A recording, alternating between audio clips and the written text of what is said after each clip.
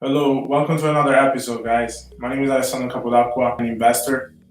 Today's episode is about how real estate is in Nicaragua. Today's guest is Mr. Paul Daemen. He's from Poland and now he lives in Nicaragua. How are you doing, Paul? Pretty good, pretty good. Thanks for. Can you see me okay? I'm trying to adjust the camera. I'm sitting in the office, so I don't know if you can see it okay there. Yes. All good? Yes, Good, sir. good. That's good. That's Thank good. So we're just gonna do like some quick questions for you, and Got it? yes. Can you please tell us a little bit about yourself? Okay, so you said that I'm here in Nicaragua, which is correct. I've been in Nicaragua with my wife for the past 5 years. We do brokerage, so real estate in Nicaragua. And prior to that, we have been in the business of real estate since 2002 in the US. I'm Dutch. My wife is Chilean, Canadian, Chilean born Canadian citizen. I'm a Dutch citizen. And I have lived in Latin America for over 15 years, plus now 5 in Nicaragua, which is 20. Just Len has been equally in the same amount of time in different countries of Latin America. I'm US educated, went to college there and got my master's and did corporate life for a while. And so the past 20 years, I've been doing real estate. By the way, thank you for inviting me.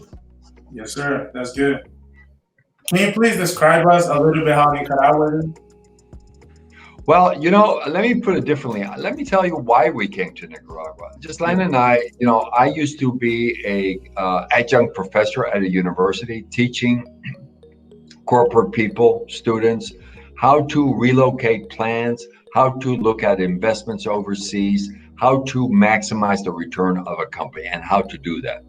So based on that, I decided, which is like, we're going to go on a new journey. We're going to go live overseas. And I said, you know what?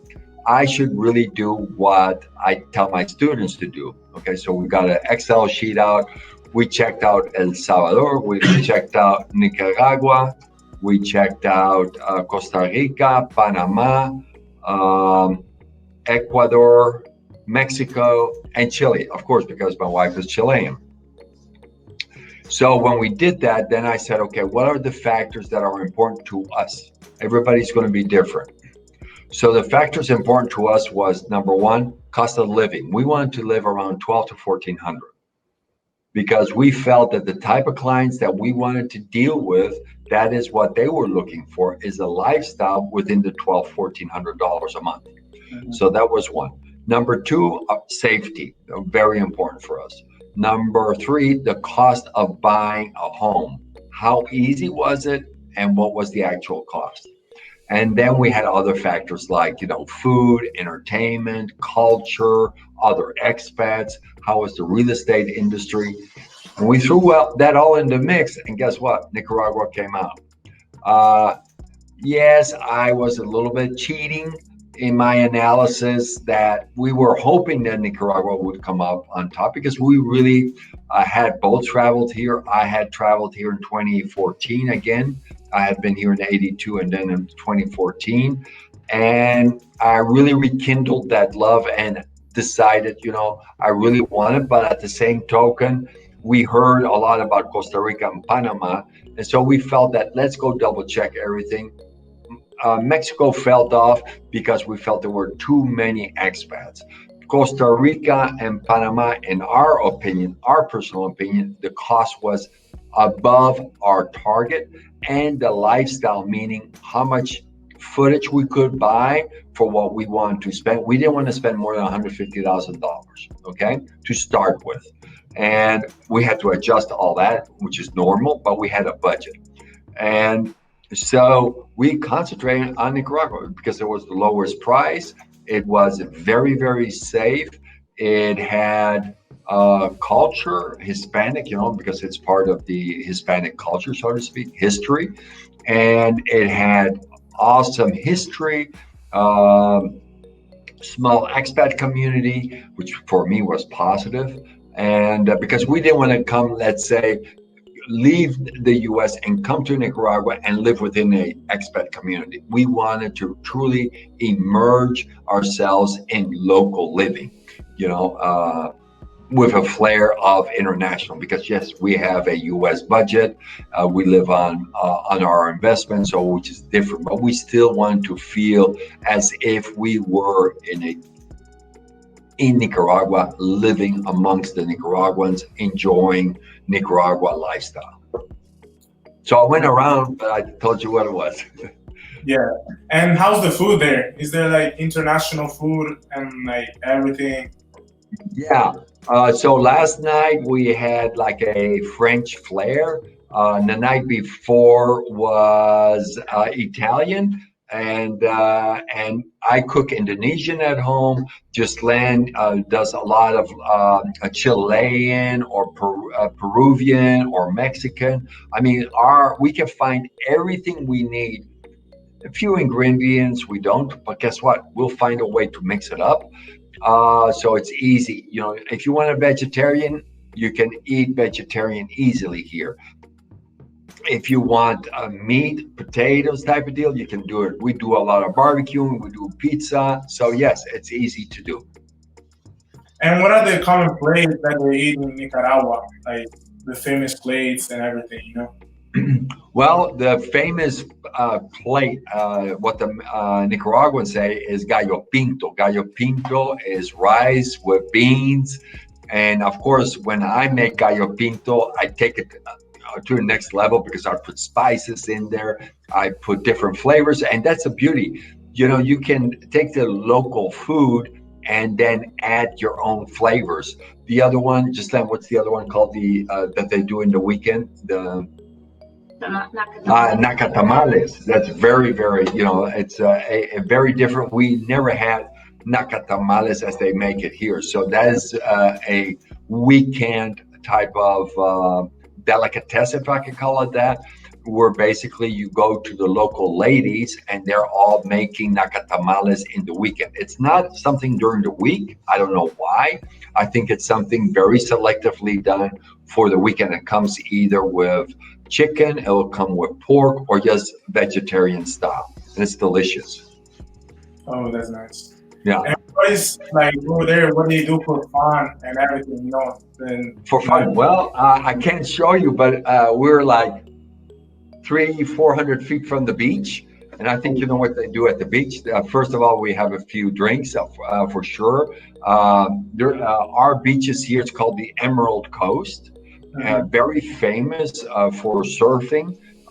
So we have a lot of areas going down the coast that is famous all over. You know, for surfing, that's one, or just go fishing. There's a lot of activities. You can do wind sailing. I mean, you name it, you'll find scuba diving. You can go hiking. There's a lot of mountains here, many volcanoes. We have, yeah, I mean, you tell me what you want to do, and I probably can find something that is very similar to what you want to do. You can rent 4x4s and go on the beach and drive them, motorcycling. And it's very, I wouldn't say low cost, but it's a reasonable price based on current markets. And what is the nightlife for like young people? Like the attraction and everything, you know? Well, you're asking an old guy. So, what's the nightlife like? I could tell you last night it was pretty busy in town. Most of the younger people come out after the older people like me go home and get ready to go to bed, so to speak. But yeah, it's pretty active. I mean, you can see a lot of bonfires around the beaches, lots of blaring music. Last night they had a pizza party, a Halloween party. We didn't go because we do a lot of social distancing. I was looking for my mask, so we wore this, and some of your younger ones don't want to do that, but hey, that's your privilege. We do it. There is enough. There's a very strong backpacking community that come here during the winter months, summer months, is year round. Of course, during COVID, it's a little bit different because the movement has been restricted. But there's a lot of hostels. There's a lot of co-sharing. There's a lot of people that do home sitting, pet sitting. So it's a variety of things. I mean, it's your own imagination that sets what you can or cannot do. That's true. That's true. Thank you. One thing I would say though to everybody that's listening, the only thing I would stay away from is stay away from the drugs, because here it's very, very, very strong anti, and the repercussions will not be nice. So it's better that people refrain from doing, even though when you have lots of opportunity. I would not recommend strongly not to do it, but that's my recommendation. Thank you. Next question is, what type of visa exists for investor and simple international buyers, and which countries can be added to these visas? Okay, so to buy real estate here in Nicaragua, it's number one is very different than, let's say, buying real estate in Mexico. Here in Nicaragua, you can actually buy your real estate and receive it with full title. So you don't have to go with a in-between person like you do in Mexico through the banks, etc. You can actually come into Nicaragua, get your visa, tourist visa, as you come in through customs, and I believe it's $10 or $20. When you come in, right after you come in, you can literally go down the street and say, I want to buy real estate. I recommend not to do that, but let's assume you did, right? You can literally go find a home, find a hotel, find something with your visa, a tourist visa, and buy a property. And then you go through the process of registering the property. I would say, based on my experience in the US, it is different, and I would recommend people be careful, take your time, rent first before you buy, check the different places out. I did. I went from Esteli to Granada to Managua to San Juan de Sur before I ended up in a small farm community, which was not on my horizon, but we ended wanting to have that type of a lifestyle.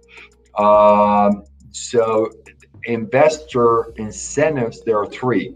You can get an incentive as an investor, and that requires that you invest $30,000 or above. That's in real estate mainly. Number two, you can get a pensionado, that's a retiree. That one requires that you make, I need to think for a second. Because the law changed, you got to make a minimum for a single 1,000, for a couple 1,200 a month income from Social Security, which is one of the lowest price points in the region, okay, for what you can get. And the other one is you can do it as a passive investment income. What does that mean? So let's say you have a Schwab account and you have a lot of stocks in there, and you get income from that. If you are getting a minimum of $1,500 a month, you can retire as a investor, but you have to be at least 45 years old. Okay, so you have three categories. The one I took, because I wanted to try it out, I took it as a retiree. I did it because there are three incentives. One, I can buy a car tax-free. Two, I can bring in my furniture and stuff like that from the US, tax-free up to $20,000. The car up to $25,000. The car cannot be older than 10 years old. Also, if I want to construct a home, the first $50,000 I can get it tax-free. I don't have to pay what they call here VAT, the added value tax. So those are the differences. Ghislaine came in as an investor. Again, we wanted to see, it's easy to talk when you haven't done it, but if you have done it, it's easy to explain to a person, this is the process, this is why we did this, watch out for this, do that. So then you can recommend people a lot better. How does the buying and selling process work in the real estate market in Nicaragua? Say that again, I'm sorry. Yes, the buying and selling. How does it work in Nicaragua? Okay, so the buying and selling, I can tell you, is very different than in the US. In the US, literally, is, as you know, is, you go to an agent, you select one agent, and you make a relationship, which I call exclusive relationship. So I hire Alessandro to specifically work for me and nobody else. In Nicaragua, it's the opposite. Here they do what we call open listings. An open listing is myself and 50 other people will represent Alessandro. The problem with that is they're not really representing the seller, they're representing the buyer. And there's a lot of things that we, through our work in the States, is what I call material information going between you, the agent that represented indirectly the seller, are disclosing to the buyer, and the buyer getting a leverage and using that leverage to basically reduce the price of the seller. So I work very different and just land.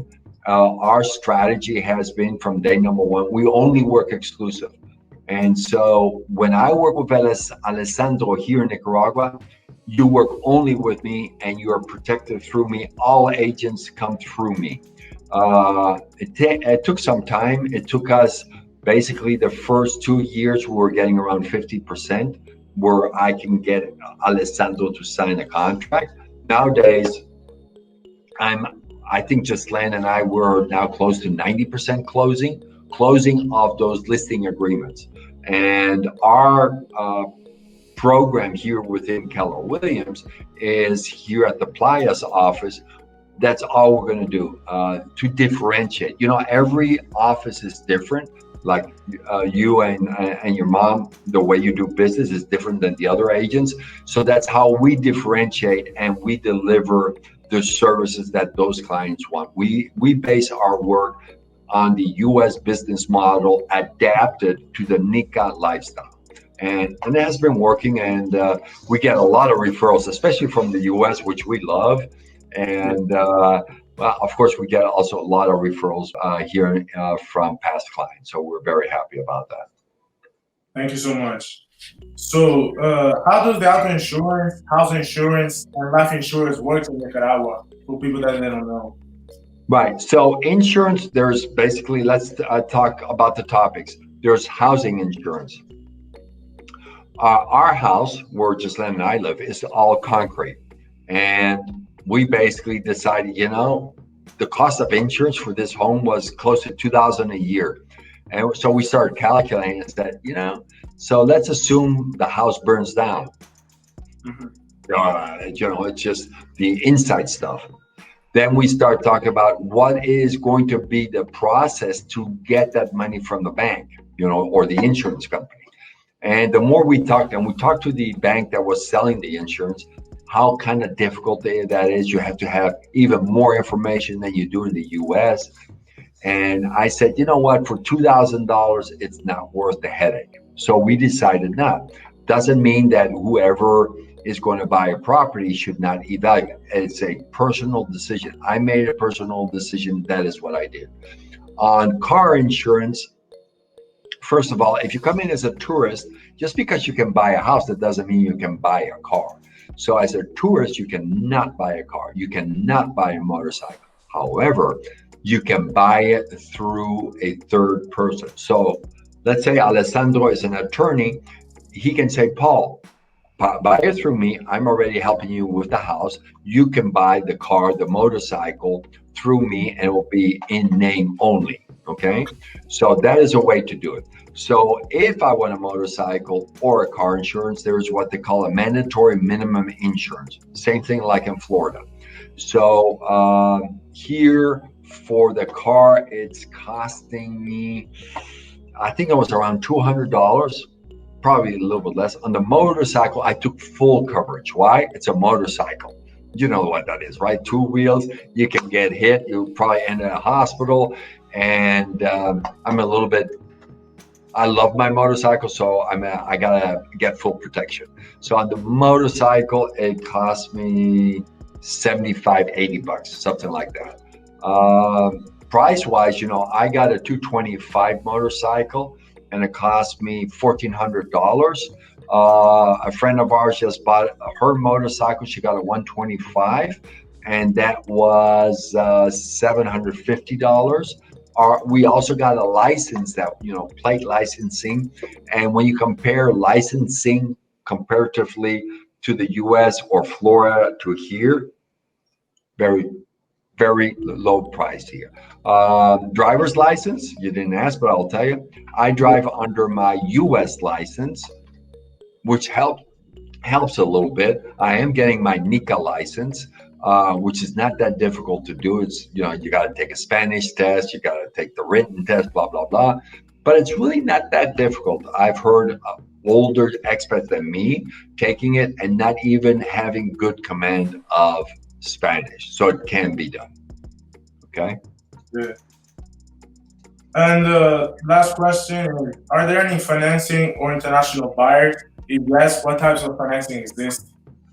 Good question. And by the way, and it's funny that you asked that because that is a common thread nowadays of the questions people are asking.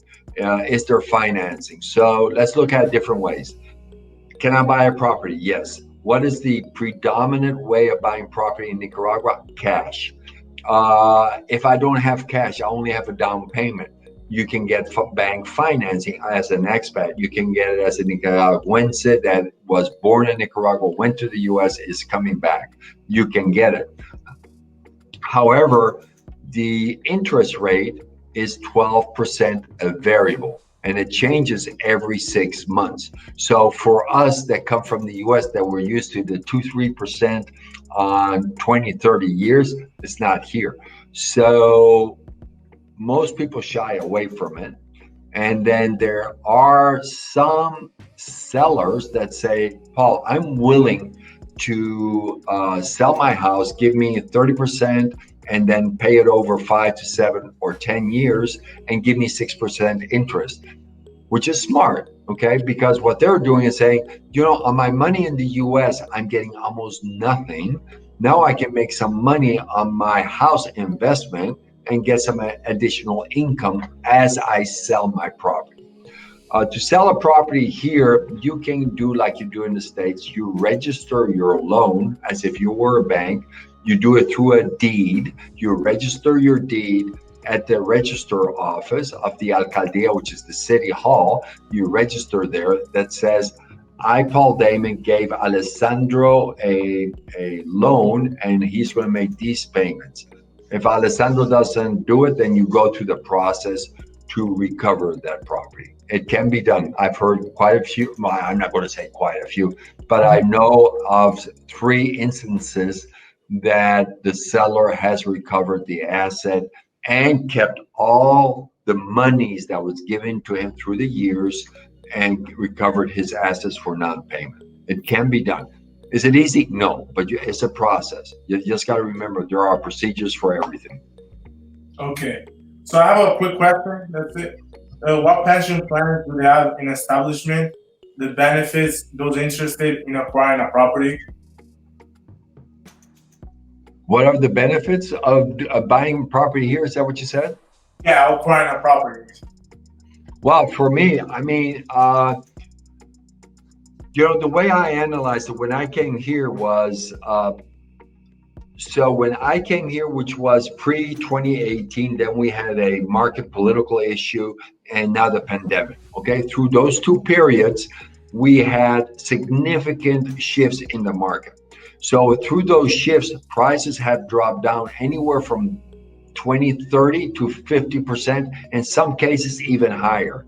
So it is truly a buyer's market. In the US, it's a seller's market, but here it's a buyer's market. We got more properties on the market than there are buyers. And so it behooves to get a strong real estate agent that understands that and helps the buyer negotiate a deal that they want to have.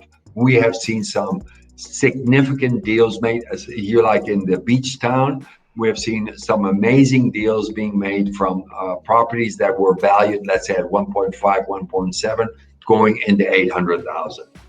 So it does happen. And what is happening is some people have a life change, either health or they got married, family changes, whatever, or they said, I don't want to be here anymore. I want to go relocate to a different place.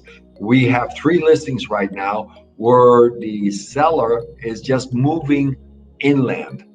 They want to have a different lifestyle. They're coming to a stage in life that they say, we want to sell the house. And so that's what they're doing. Most of the people that we have listings on, I would say there's only 10-15% that are leaving. The rest are just moving opportunities, looking for other assets to buy. Okay. And do you know how many retired plans are in Nicaragua and how they work? How many retirees are in Nicaragua?